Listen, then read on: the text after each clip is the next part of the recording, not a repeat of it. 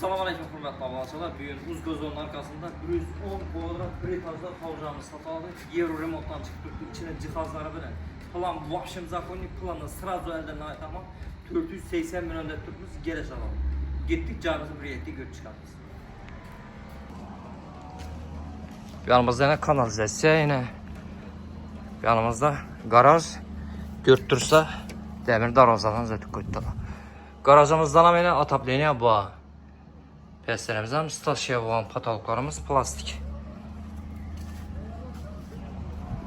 Uyumuzda fasadlarımız ötülenge.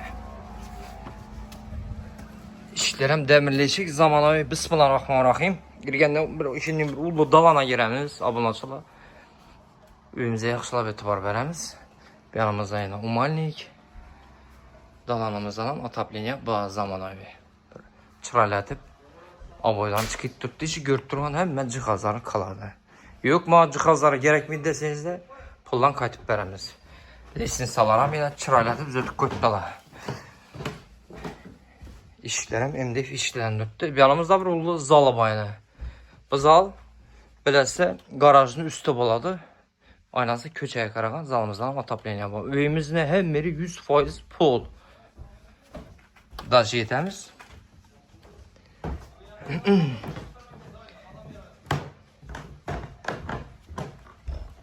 Yanımızda bir spalnisi var yine.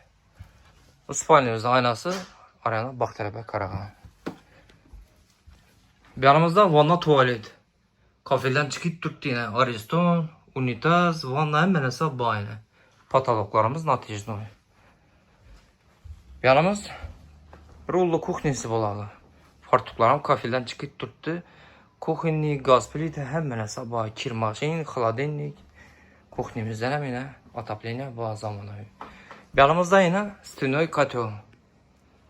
Gaz, su, sütten mamma yok. Yanımızda bir kiçine bozan bir azgana bak tarafı bağ yine. Şaşık pişirmeye. Xulas öyümüzde gördüğünüzde öyümüzde gap yok. Vapşim gap yok. Durğayıram zakonni. Plan zor. Kime gerek bolsa ekran nomerlerimizi koyamız. Ekep görüstemiz. Əsas şu an qarab telefon əsas sağ olun, salamat olun. Etibar üçün rəhmət.